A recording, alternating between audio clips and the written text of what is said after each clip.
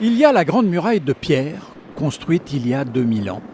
Et il y a la Grande Muraille verte, beaucoup plus récente, quelques dizaines d'années tout au plus.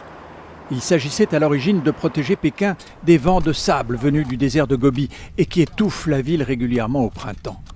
On a donc planté des millions d'arbres à la lisière du désert, en Mongolie intérieure, à 200 km de la capitale, avec une certaine efficacité. Mais entre-temps, la menace a changé.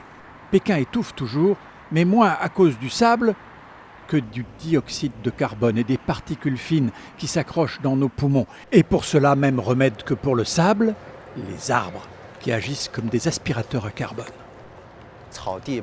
L'agriculture absorbe aussi le carbone. Mais l'avantage des arbres, c'est qu'ils sont plus efficaces et plus ils grandissent, plus ils absorbent. Enfin, ils vivent des décennies, voire des siècles. Pour être plus efficace, cet aspirateur à carbone doit être plus proche de la source, plus proche donc de Pékin. La Grande Muraille verte s'est donc avancée jusqu'au cœur de la ville, dans ce parc de 680 hectares, le double de Central Park à New York, planté à l'occasion des Jeux Olympiques. Mais l'essentiel est autour de la ville, dans un rayon de 100 km. On plante à marche forcée, dans les plaines ou dans les montagnes. La surface des forêts dans la province de Pékin est ainsi passée de 27% à 41% en 15 ans, 50% de mieux. Nous avons maintenant 11 000 km² de forêt dans la province et nous dépensons 2,7 milliards d'euros chaque année pour cela. Ces arbres absorbent 120 millions de tonnes de carbone, c'est considérable. Cet effort n'aurait pas de sens s'il n'était accompagné de mesures drastiques pour limiter la production de CO2. On a détruit ou fermé des centaines d'usines ou de centrales.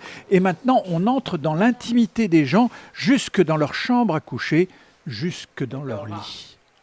Le moyen de chauffage traditionnel dans le nord de la Chine, c'est le kang. Le kang, c'est ça, c'est une sorte de lit collectif où dort toute la famille et qui réchauffe toute la maison. Alors, il est en général chauffé au bois, du sol jusqu'au matelas, avec une efficacité énergétique très mauvaise. On a donc inventé un kang surélevé qui consomme 2 fois moins d'énergie. C'est bête comme chaud, mais il suffisait d'y penser.